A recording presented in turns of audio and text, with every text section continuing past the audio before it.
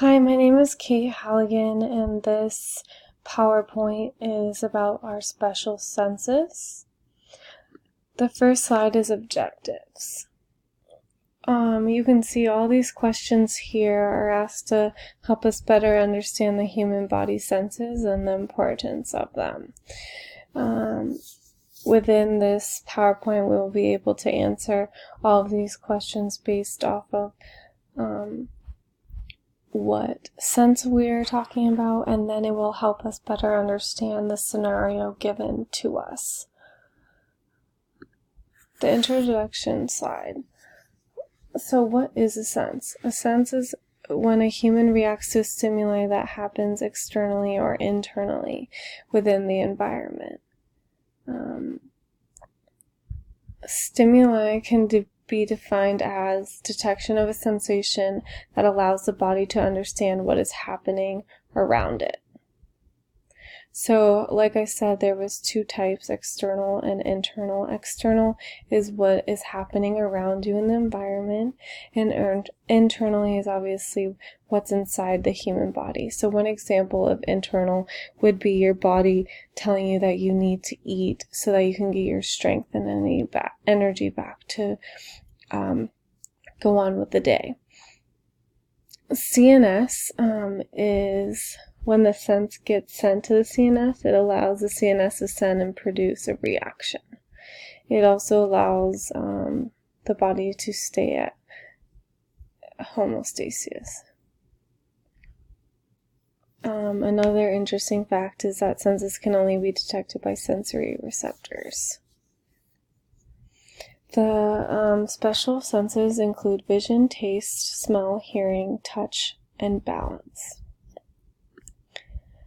So, most people understand general senses, not special senses, and people don't really realize that there's two different ones. So general senses can also be called somatic. Soma equals body, and these are less specific to one area.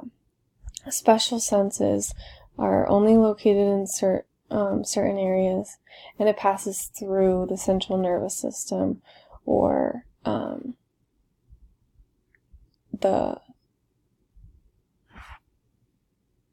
it passes through the central nervous system. So, before we jump into the different types of senses, I want to talk about sensory receptors. There are 4 of them. The first one that I want to talk about is chemoreceptors, which are chemical. They are concentration of chemicals. They are responsible for a sense of taste and smell. They are also found both in somatic and special senses. The next one is thermoreceptors, which is dealing with temperature. It's when your body can tell that there's a change in temperature. Mechanoreceptors are equal to pressure. This is going to be when responsible for hearing, along keeping equilibrium. It is also found in special. And then photoreceptors equal light. It can detect tones and also colors. So tones can also be called rods, and colors can also be called cones. This is also found in special senses. So the first special sense that I want to talk about is olfaction.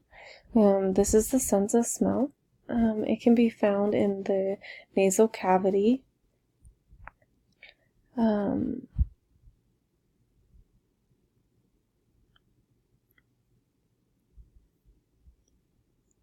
It is responsible for telling the body when there's a smell in the air. And then it also not only knows the smell, it identifies the smell and then lets our CNS system know. This, a really interesting fact that I thought was that smell can also change our moods or behaviors. So now I want to go into explaining olfaction. See here is the a diagram, and you can see that there's the nose, the nasal cavity right here, the plate, the bulb, and the tract. So the nose, obviously right here, is where the nasal passages are located. This is where the airflow to the nasal cavity happens. It is also a part of the respiratory system. The nasal cavity is where the septum separates the right and left side of the passages, and then the lining inside the nasal cavity is mucosa. So then when we talk about the epithelium, they are epithelial tissues that are found in the nasal cavities. These also contain olfactory nerve cells. The cells then will send impulses to the bulb, which can be found right here. Another really interesting fact is that there's over 1 million chemical receptors in this one area. So an example is when we sniff the smells, and then that smell goes in, or that odor goes in, it will then dissolve into the mucus, and that's how the smell is sent up to the CNS, and that's how we process it. The sepiform plate, which is right here, this is where the brain and nasal cavity are separated. The nerve fibers will be found here, and they go through the holes to the bulbs. So the olfactory nerve is the first nerve involved in the olfaction. This is where it extends from the mucous membrane into the plate and then to the olfactory bulbs. So the olfactory bulbs are obviously shaped like a bulb. It is found in the forebrain, which is right here.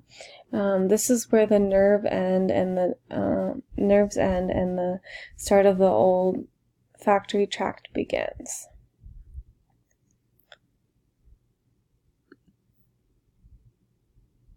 So then I want to talk about the pathways. There's 2 pathways involved with this, the orthonasal and the retronasal. The orthonasal deals with the odors that are sniffed, and then the retronasals are the pathways that come from the throat to the nasal cavity. So like when we eat something, it's the flavor of our foods, or when we have a soda, it's that taste that we also get. It also creates a smell for them. So here you can see a diagram, and this is where I'm going to explain the process. The process is where the olfactory receptors are found in the olfactory organs. The chemoreceptors are found here. These receptors are composed of bipolar neurons, which are then surrounded by columnar cells. So once that stimuli occurs, it will send impulses of nerves to the olfactory.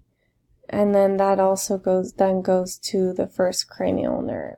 And then the gases go into the nasal cavity. Once it goes in, the gases go into the nasal cavity, it will then dissolve into the mucus. And then this is what stimulates the receptors. The next sense I want to talk about is taste. Taste can also be called gustation. Within taste, there are 5 subgroups. So sweet is a pleasant taste, kind of like honey. Salty can taste like salt, obviously, or it is salty. So like salt and vinegar chips, the salt would, on that, you can taste it. Sour is like an acid taste. So like if you bite into a lemon, that's what that would be. And then bitter is more of like a pungent taste. It's not sweet, so I would say like a grapefruit. And then umami can be called savory, and this is salty or spicy, but there's no sweet involved with that. And all of these types of taste happen on the tongue. The other two places that it can happen are the palate and the epiglottis. The type of tissue that is involved with the tongue is stratified squamous. That type of cell is flattened and tightly together, and the tissue, the whole point of that tissue is to protect. So you can see here these little bumps. Those are also called papilla. So there are 4 different types. There's the succumivalent, the folate, the filiform, and the fungiform. This is where the transduction of taste will occur. This is also how the neurotransmitters will be sent, based on how many chemicals are found here. It will also, right here, the gustation will create and activate sensory neurons in the face. So the next slide is going to talk about taste pathways. You can see the diagram here. So there's 2 different mechanisms with this, the depuration and the neurotransmitter. And then there's also 3 branches involved. The cranial nerve 4, which is the facial nerve, the cranial nerve 9, which is the glossopharyngeal, and then cranial nerve 10 is the vagus nerve. This is the facial nerves get input from the anterior side of the tongue, and then the other part comes from the palate and the throat and the posterior side of the tongue. So you can see how posterior and anterior, so the back and the front.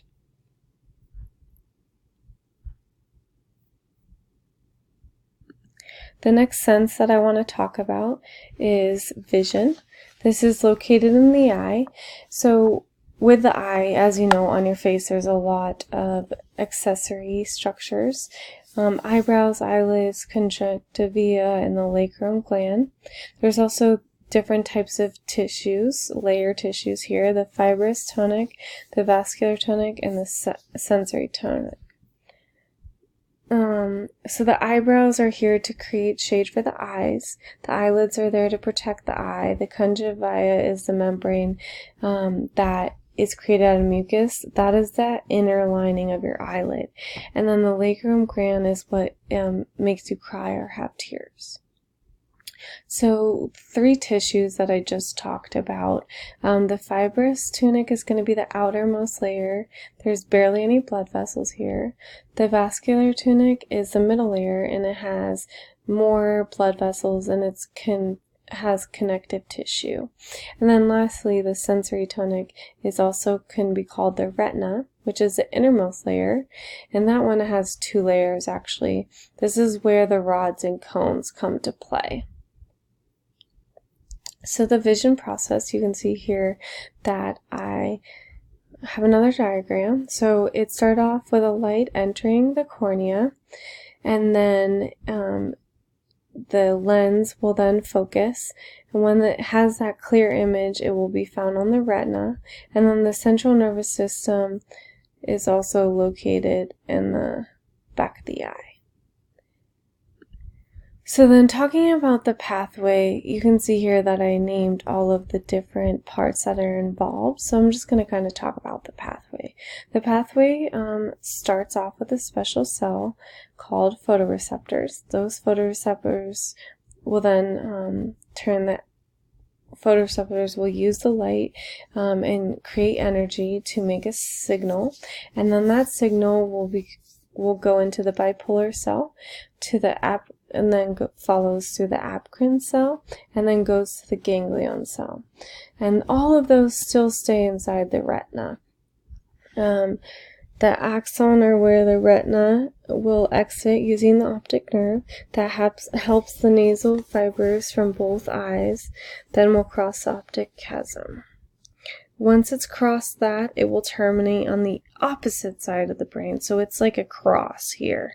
And then the optic tract will also carry to the LGN, where the other synapse is, and then that will also terminate then too. The next sense I want to talk about Oh, you can see here where I added the diagram of that.